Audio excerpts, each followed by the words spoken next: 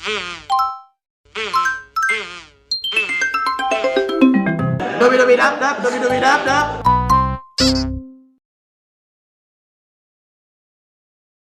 everyone, my name is Fizz Lois Sikorda. We are Group 1 and in this video we are going to be presenting the introduction to the study of globalization. So here are our learning objectives. So first is to define what is globalization. Second, to be able to know the brief history of globalization. Third, to know the ideologies, sentiments, and the contributions in globalization. Fourth is to know the three strategies of globalization. Fifth is to know the role of globalization in shipping industries. And lastly, to know the advantages and disadvantages of globalization. So these are the learning objectives that we are going to be tackling throughout the presentation. So what is globalization? So globalization refers to the increasing independence of the economies, cultures, and populations throughout the world as a result of technology, cross-border trade in goods and services, and flow of capital, labor, and information. So basically, globalization is the integration between people, companies, and governments.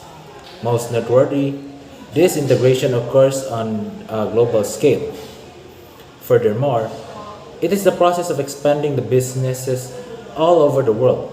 In globalization, many businesses expand globally and assume an international image. Globalization results in the expansion of international cultural, economic, and political activities as people, ideas, knowledge, and goods move more easily around the globe. The experiences of people around the world become more similar.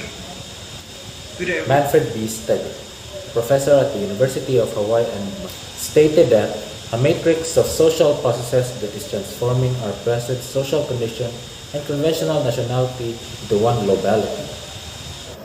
So this means that our current social environment and tradition nationality are being replaced by a global one, thanks to a complex web of social processes. So a brief history of globalization, Silk Roads, 1st century BC, 5th century AD, and 13th, 14th century AD. For the first time in history, luxury products from China started to appear onto the other edges of Eurasian continent in Rome. They got there after being hauled for thousands of miles along the Silk Road. Trade has stopped being a local regional affair and started to become global. That is not to say that globalization had started in earnest. Silk was mostly a luxury good, and so were the spices that were added to the intercontinental trade between Asia and Europe. Now onto the spice route, 7th and 15th centuries. So the spice route, also known as Maritime Silk Roads, is the name given to the network of sea routes that link the east with the west. They stretch from the west coast of Japan to the island of Indonesia, around India to the lands of the Middle East, and from there across the Mediterranean to Europe. So the main focus of Islamic trade in those Middle Ages were spices. Unlike silk, spices were traded mainly by the sea since ancient times. But by the medieval era, they had become the true focus of international trade. Chief among them were the cloves, nutmeg, and mace from the fabled Spice Island. So the Maluku Island in Indonesia, they were extremely expensive and high in demand. Also in Europe, but as with silk, they remained a luxury product and trade remained relatively low volume. Onto the Age of Discovery, 15th and 18th century. So, Age of Discovery, it is truly a global trade kicked off in the Age of Discovery. It was in this era, from the end of the 15th century onwards, that European explorers connected east and west and accidentally discovered the Americans, aided by the discoveries of the so-called scientific revolutions in the fields of astronomy, mechanics, physics, and shipping. The Portuguese Spanish, and later the Dutch, and the English first discovered, then subjugated, and finally integrated new lands in their economies. But the most consequential exploration was the circumnavigation by Magellan. It opened the door to the Spice Islands, cutting out Arab and Italian middlemen, while trade once again remained small compared to total GDP. It certainly altered people's lives.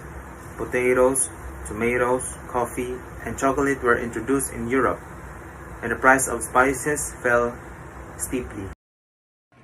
Good day, sir. I'm Cadet Baron Swaring, and I am here to discuss the first wave of globalization.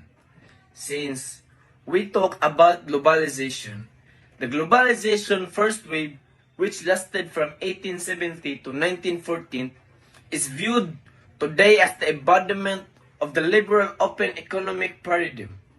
This period saw the spread of the international trade built on the exchange of Western manufactures for developing economies' primary commodities along low tariff corridors.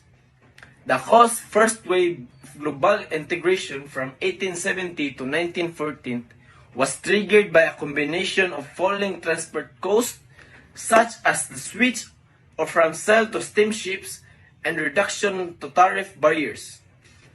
The new wave of globalization and its economic effects, Anglo-French agreements. The first industrial revolution lasted from the mid-18th century to about 1830s and was most confined to Britain. The industrial revolution was the transition from creating goods by hand to using machines. Its start and end are widely debated by scholars, but the period generally spanned from about 1760 to 1840. Steamships and trains could transport goods over 1,000 miles both within countries and across countries.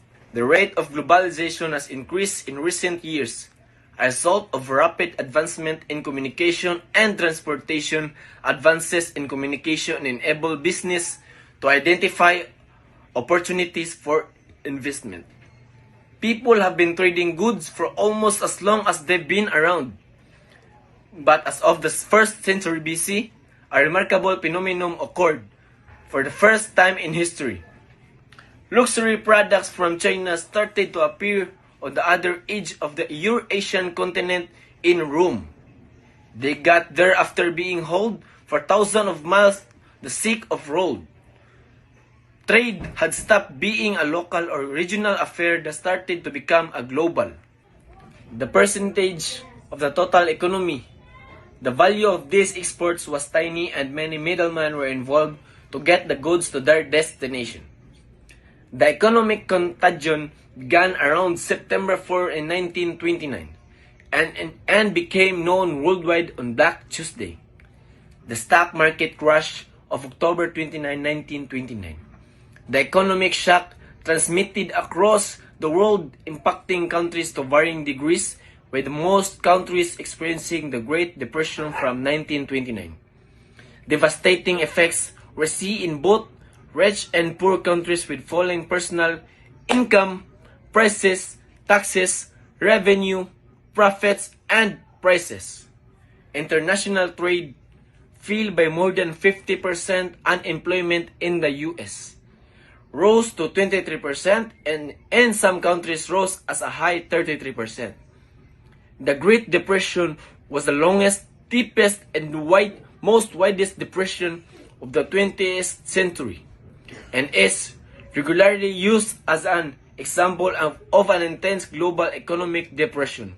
However, some dispute this conclusion, seeing the stock crash less as a cause of the depression and more as a symptom of the rising nervousness of the investors, partly due to a gradual price declines caused by falling sales of consumer goods as a result of overproduction because of the new production techniques falling exports, and income inequality, among of the other factors that had already been underway as a part of gradual depression. Good day, this is Cadet Amarillo Sanizog, and now we will tackle about the second and third wave of globalization in the span of 1944 to 1989. Iron Curtain fell. Globalization became a global phenomenon. In this one, when the downfall of Iron Curtain, it created a huge leap to globalization. But first, what is Iron Curtain? Well, Iron Curtain, it is the political, military, and ideological barrier created by the Soviet Union in order to cut off and isolate an area. This one, cut off, isolate. But when the downfall of this one, it created a huge unity in which it blossoms with new technology, the internet that connect people around the world, and the information spread, industrialization are rising up.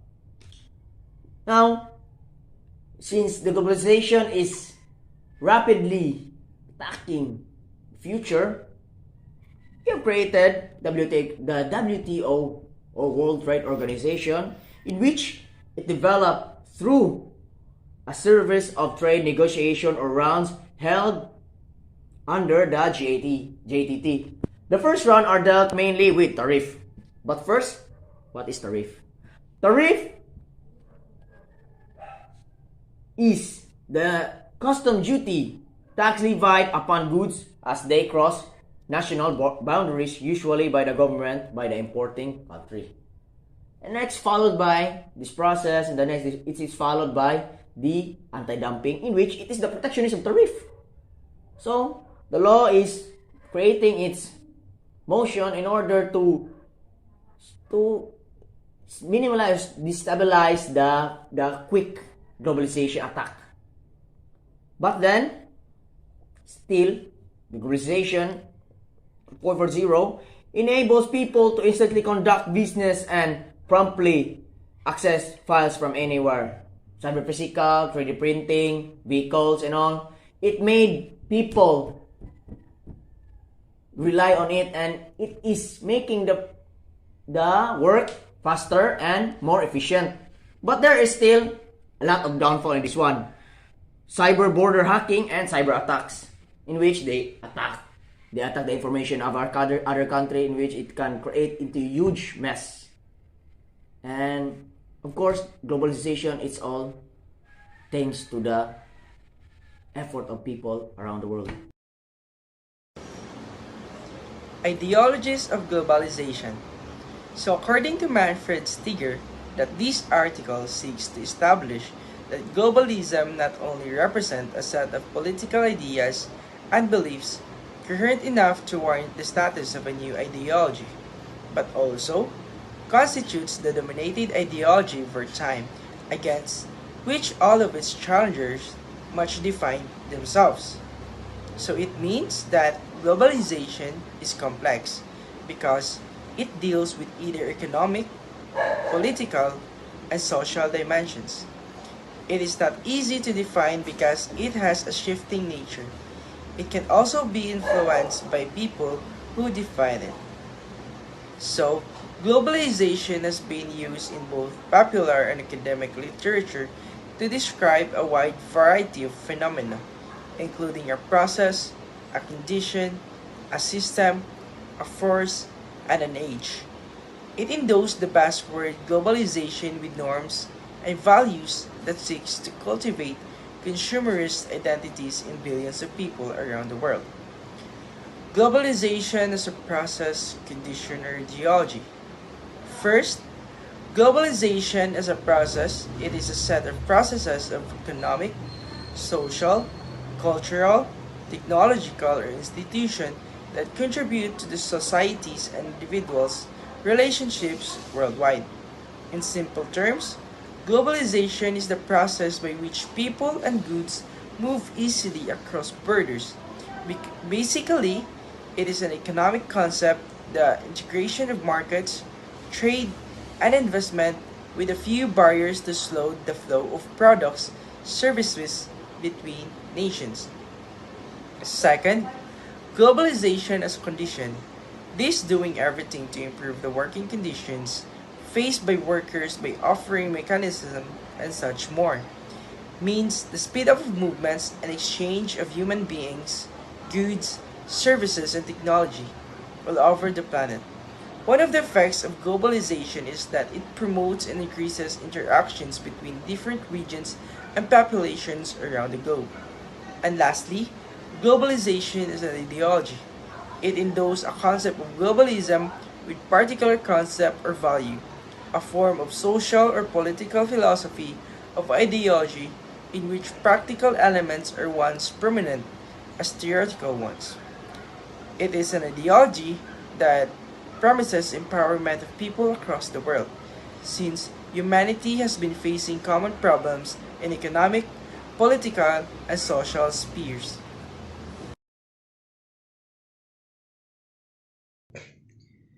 Good day, everyone, especially to you, sir. My name is Deck Cadet Alan Dave S. Alcazar, and I am here to tackle about the um, or to talk about the Michael Fredden's sentiment.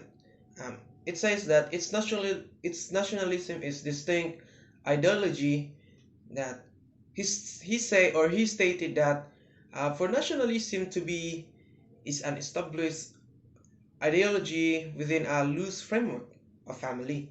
That's how it says that like its resemblance it will have to be like manifest and also a shared set of conceptual futures through over time and space. So he also stated that or also say that on the basis of observed linguistic practices, um, Michael Fredens talk about that those futures will be able to be organized and into general core like concept without which can be ideology will lose its denying characteristics like as well through as its accessibility and also through an adjacent and peripheral framework like he also stated that concept and ideas that color those core inherent ways. It also be the latter include the latter include the conceptualization of parameter through practices and through which ideologies interact with and also it talks about the shape to the concrete world. So that's it. Thank you very much and have a good day. Ethnoscape refers to the flow of people across boundaries. People travel out of necessity or in search of better possibilities for themselves and their family, including labor migrants or refugees. Travelers are also part of this landscape. One of the most rapidly expanding business sectors is the World Tourism Organization. Second is the technoscape. Refers to the flow of technology. So, Apple's iPhone is just one example of how cross-border technology transfer may significantly affect daily lives of people all throughout the supply chain. Next is the ideoscape. Refers to the flow of ideas. This can be a small scale, such as individual posting her or his personal views on Facebook for public consumption, or it can be larger and more systematic. Missionaries provide a key example. So, example, Christian missionaries to the Amazon region made it their explicit goal to spread their religious doctrines. Next is the financescape. So it refers to the flow of money across political borders. Like the other flows discussed by Apadurai, the phenomenon has been occurring for centuries. The Spanish, for example, conscripted indigenous laborers to mine the silver veins of the Potosi mines of Bolivia. The vast riches extracted from this region were used to pay Spain's debts in northern Europe. The pace of the global transfer of money has only accelerated, and today transactions in New York Stock Exchange, the Nikkei Index, and other such finance hubs have nearly immediate effects on economies around the world. So last is the mediascape. Refers to the flow of media across borders. So in early historic periods, if it could take weeks or even months for entertainment and education content to travel from the one location to another.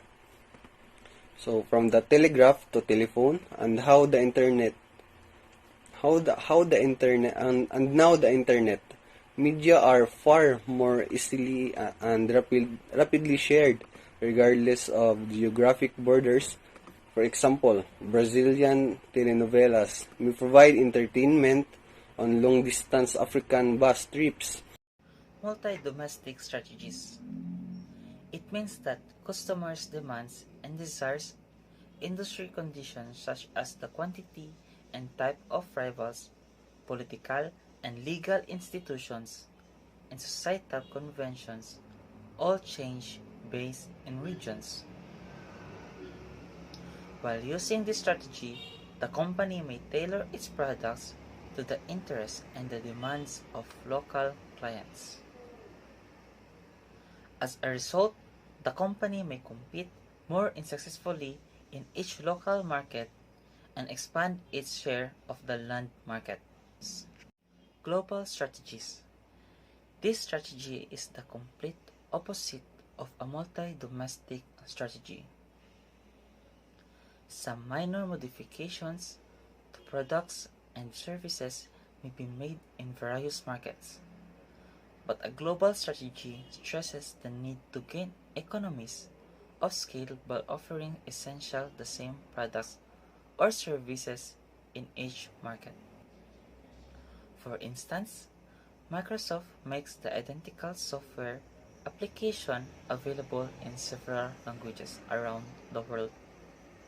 Similar to other manufacturers of consumer goods, Procter & Gamble looks for every opportunity to build worldwide brands in order to increase efficiency.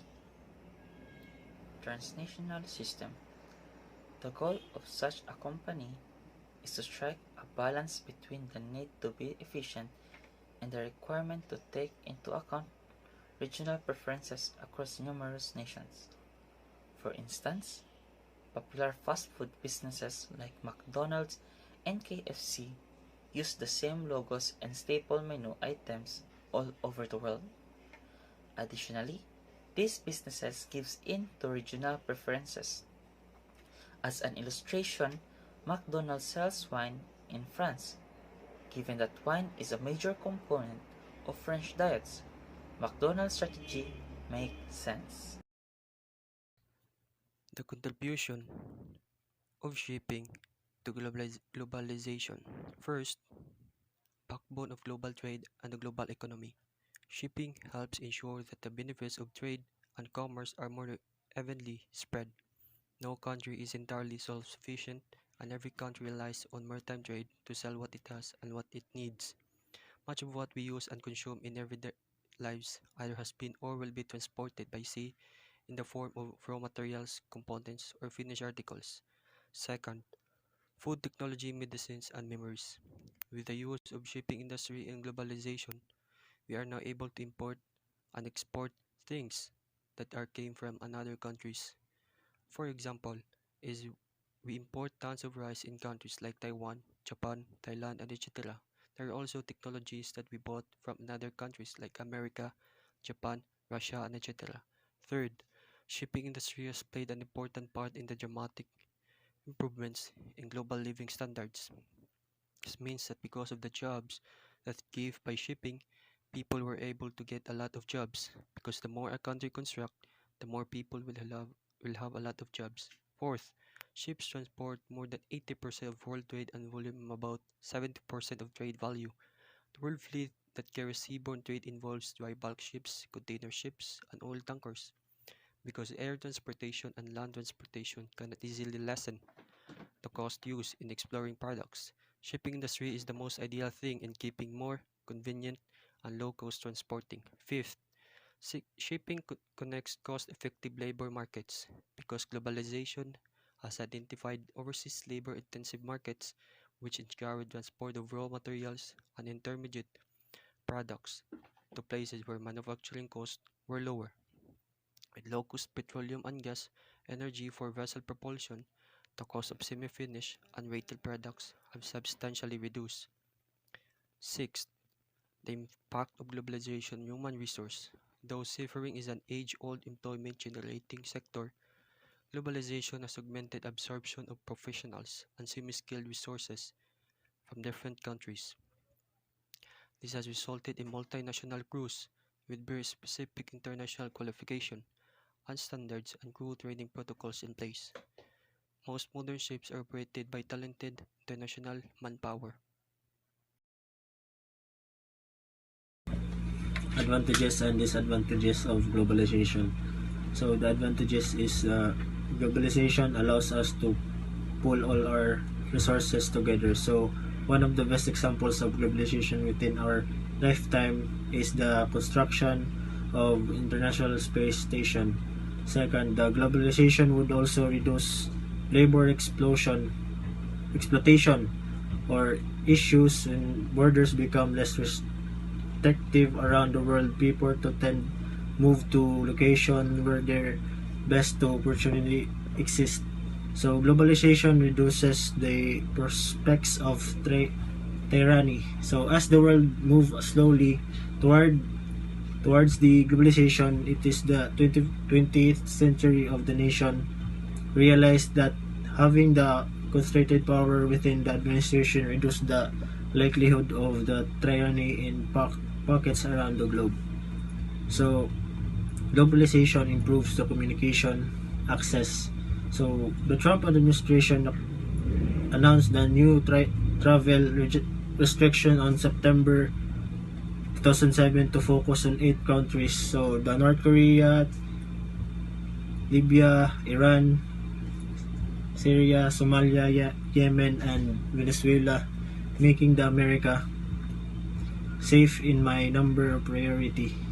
So the President Trump tweeted when announcing this position will not admit those into our country we cannot safely vet. So lastly, globalization would remove tax haven for wealthy individuals. So tax havens are defined as either a country or independent area where taxation levies are low at rates. So disadvantages are the globalization may encourage more offshoring instead of less. With the fewer restriction in place at the national level, some business may use offshoring to their advantage. So second, globalization benefits the wealthy or more than the poor, and globalization encourages disease transfer. So over 90% of the population center died because of the chickenpox and other diseases that the Europeans were somewhat immune of that time. So globalization would reduce society safety net programs. So most nations today offered those in extreme poverty access the safety of net programs of the basic supplies. And lastly, the globalization would create a new system of politics. So we've already received a sneak peek of what the global society would be like from a political perspective.